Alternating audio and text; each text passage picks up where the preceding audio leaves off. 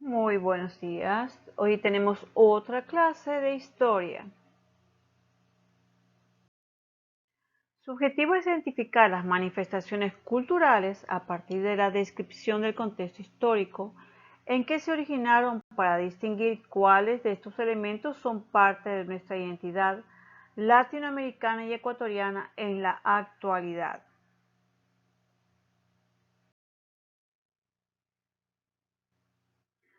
Tenemos los estilos de construcción. En los mayas, apreciamos la bóveda anular, la bóveda de cañón cuya directriz no es recta sino circular, se denomina bóveda anular. Se utilizó para cubrir girolas o deambulatorios en la arquitectura cristiana. En cambio, los romanos la usaron en la mayor parte de sus edificios destinados a espectáculos como anfiteatros, teatros, circos.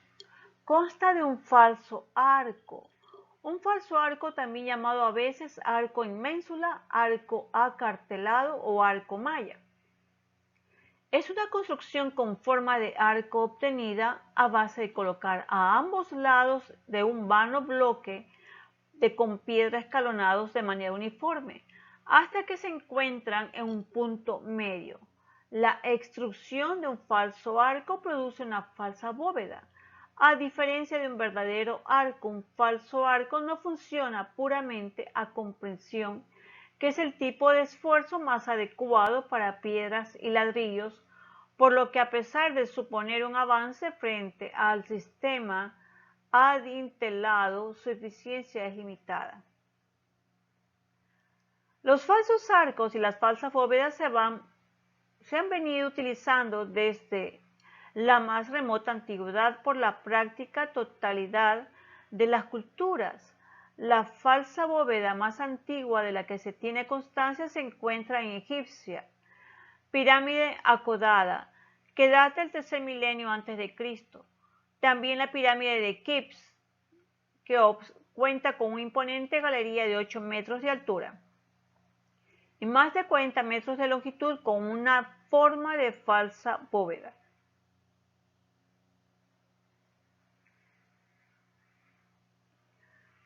La arquitectura maya puede admirarse en las ruinas de Palenque, Uxmal, Mayapán, Copán, Tikal, Huaxtún, Quirurgia, Bonpac, Chichén Itzá. Estos recintos eran ciudades y centros ceremoniales. Hicieron aportaciones universales como el arco falso, el aprovechamiento de los niveles naturales de los terrenos, incorporando la edificación al entorno. Los mayas también lograron formidables adelantos en las construcciones de acueductos, cisternas, drenajes, fortalezas, murallas y calzadas.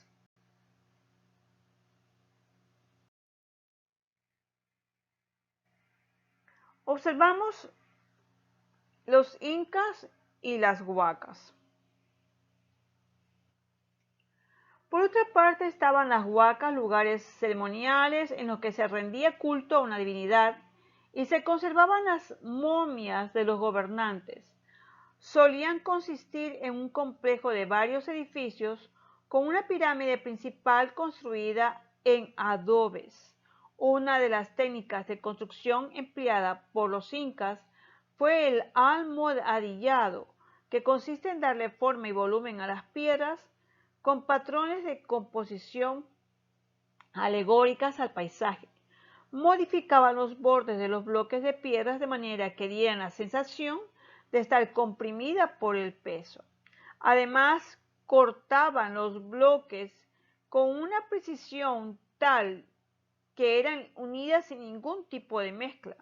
Como no emplearon cimiento, los muros eran más anchos en las bases y más angostos en la parte superior.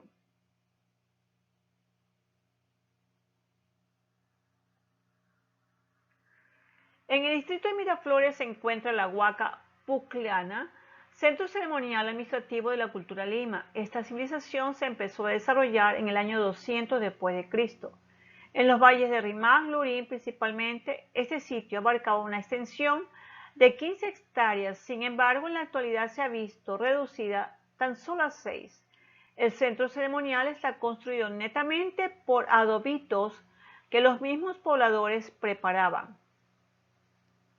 Hay otras culturas huacas de la cultura Lima.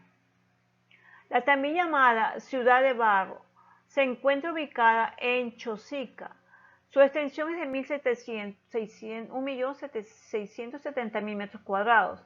Al parecer, la ciudad fue construida entre años 600 y 700 después de Cristo. Esta fue utilizada por la cultura Lima como centro de administración. Años más tarde, la ciudad fue ocupada por la cultura Isma. La Huaca Puclana, vemos que se ubica es perteneciente a la cultura Lima del periodo de los desarrollos regionales, ubicada en el distrito de Miraflores, provincia de Lima, capital de la República del Perú. Hace unos 1500 años, Lima era un valle fértil, se dedicaba a la pesca, agricultura, ganadería y caza. Además de la recolección, existían riachuelos y canales de irrigación. Su cerámica, representada por elementos marinos, el tiburón, era un centro ceremonial. El edificio no presenta cuartos interiores, siendo por tanto enteramente macizo.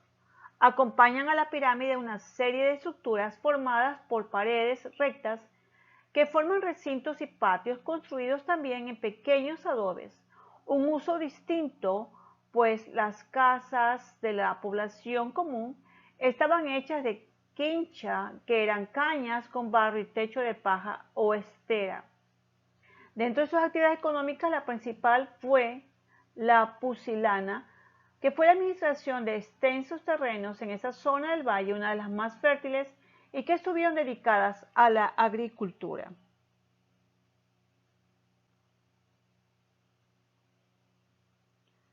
En la siguiente diapositiva vemos a los incas. Puca Pucara de los aztecas. ¿Qué es esto? El primero de los muros tiene un trazado serpenteante, el segundo rodea la parte central, el tercero del que no quedan restos hoy en día. ¿Qué significa el nombre de Puca Pucara? Es la fortaleza roja, es la valla de piedra, es el canal profundo, es la serpiente voladora. Antes de la llegada de los colonizadores españoles, Puca Pucara era utilizado por el séquito del Inca como lugar de espera mientras éste se relajaba en los baños cercanos de Tambomachay, aunque también hay teorías que apuntan a que podía haber sido un coto privado de caza para los incas, otro dato que tampoco puede ser comprobado hoy en día. Pucara está localizado en el centro de zonas alternativas de producción. Las zonas ubicadas a orillas del lago y hacia el lado oriental del altiplano son más estables y productivas, mientras que las orientadas hacia el norte-occidente son más inestables, de menor rendimiento. La ubicación de Pucara en el centro de estos dos ejes permitía el acceso inmediato a cualquiera de las alternativas, subsanando cualquier deficiencia productiva y minimizando los riesgos. Estas son construcciones en piedras que superan a los maestros de Chavín. La estructura más importante es la Cala Saba. Es una pirámide de 300 metros de largo por 150 metros de ancho y 30 metros de altura.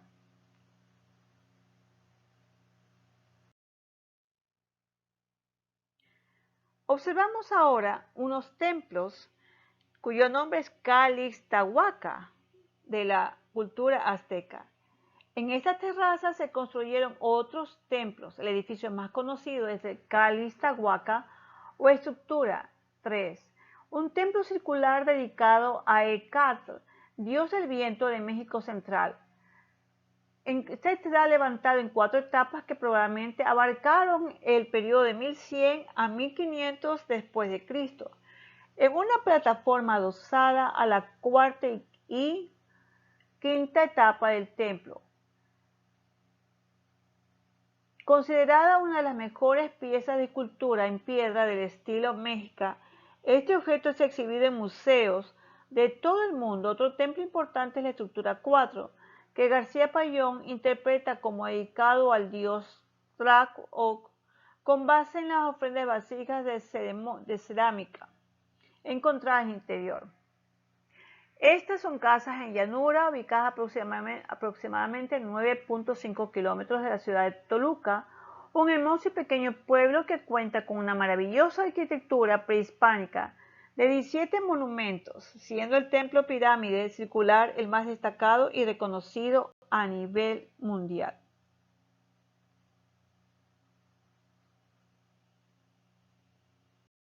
Luego observamos la vida cotidiana de los aborígenes.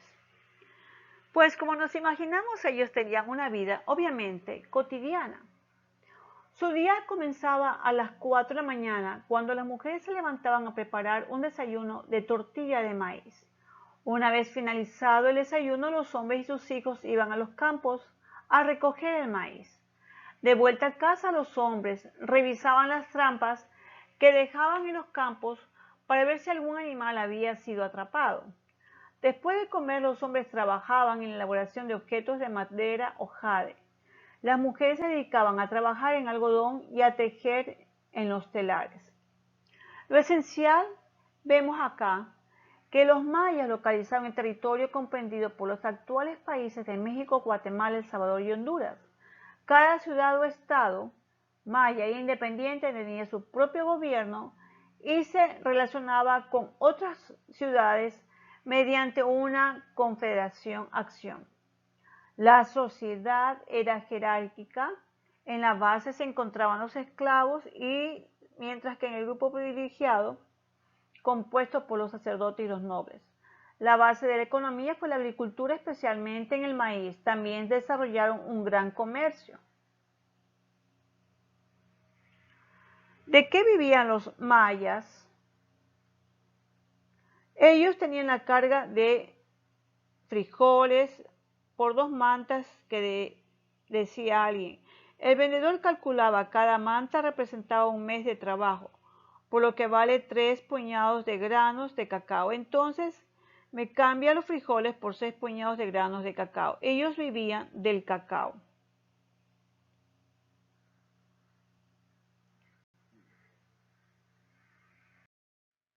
Observamos mayas, aztecas e incas y sus principales aportaciones.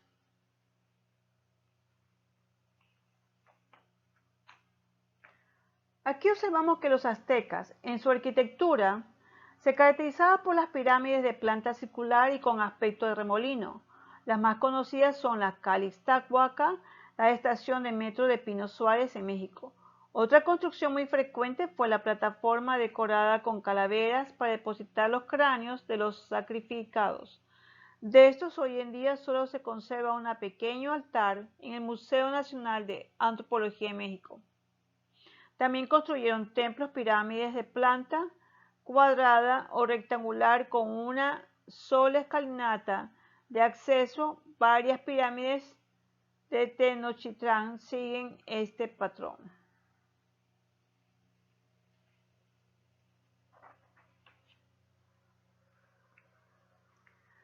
En los aportes mayas observamos, como hemos visto, todas estas 3 culturas se caracterizan en su agricultura, en su arquitectura y en cuanto a la medicina.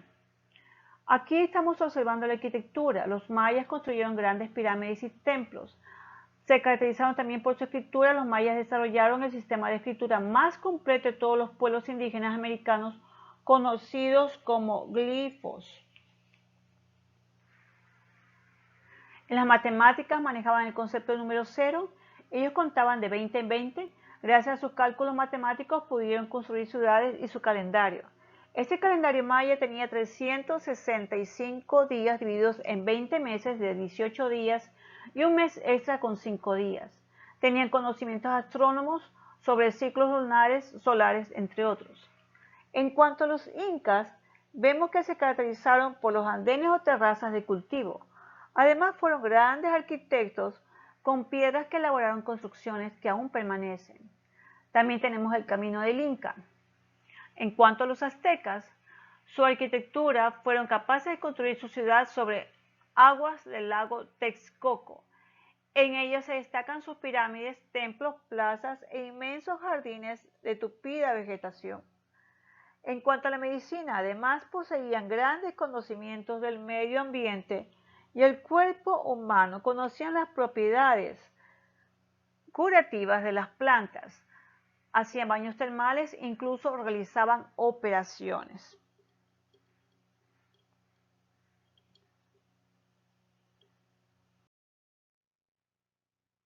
Luego vemos el famoso Popol Vuh. El libro de Popol Vuh se cuenta del hombre a partir del maíz, por eso que en la tradición maya el maíz, la base de su creación, donde solo servía para su sustento básico, sino también para el espíritu. El Popol Vuh, he aquí, el principio se lo dispuso a hacer al hombre. Hay un cuadro comparativo entre la Biblia y Popol Vuh. El Dios Padre acá es el Tepeu. El Dios separó el día y la noche y los hizo luz e hizo hierba verde y frutos. El Popol Vuh juntan las palabras y pensamientos y pusieron a disposición la creación, la tierra y los árboles. En la Biblia dice que Dios creó las bestias del campo y del agua, que aún no dando nombre de especies hasta después de la creación del hombre. Y el Popol Vuh dice, crearon los animales, pero ya aparecen con nombres específicos. En cuanto a semejanzas, vemos que en ambos, al comienzo de la creación, Génesis, en el caso de la Biblia, los animales fueron creados antes que el hombre. En cuanto a la diferencia en la historia maya, no existe un fin previsto, la existencia es cíclica, pero en la Biblia es lineal, tiene un comienzo y será un fin. Todos nuestros sueños se pueden hacer realidad si tenemos el coraje de perseguirlos.